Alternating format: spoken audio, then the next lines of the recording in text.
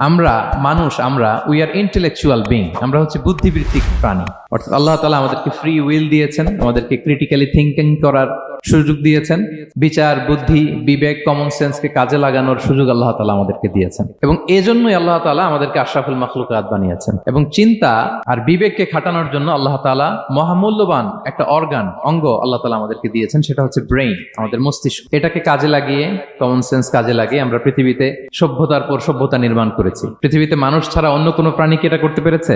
এবং আপনি শুনলে অবাক হবেন, আমাদের এই যে ছোট্ট ব্রেইনটা, খুব বেশি না কিন্তু ওজন, একটা প্রাপ্তবয়স্ক মানুষের human brain on an average 3 pounds, মানে 1.5 কেজি। এই 1.5 কেজি ওজনের ব্রেইন দিয়ে আমরা পৃথিবীতে এই সভ্যতাগুলো বিনির্মাণ করেছি। আমাদের এই ব্রেইনের মেমোরি ক্যাপাসিটি, মেমোরি স্টোরেজ অনেক বেশি। বিজ্ঞানীরা গবেষণা করে ওনারা জানিয়েছেন যে আমাদের হিউম্যান ব্রেইনের মেমোরি হচ্ছে 2.5 পেটাবাইটস। আপনারা মেগাবাইটের নাম শুনেছেন, গিগাবাইটের নাম শুনেছেন, পেটাবাইট হয়তো অনেকে শুনেন নাই। পেটাবাইট আরো অনেক বেশি, অনেক বড়। তো 1 পেটাবাইটে হয় 1 মিলিয়ন গিগাবাইট। তার মানে আমার আর আপনার যে হিউম্যান ব্রেইন, এই ব্রেইনের ক্যাপাসিটি হচ্ছে 25 লক্ষ গিগাবাইট। সুবহানাল্লাহ, এত আসতে।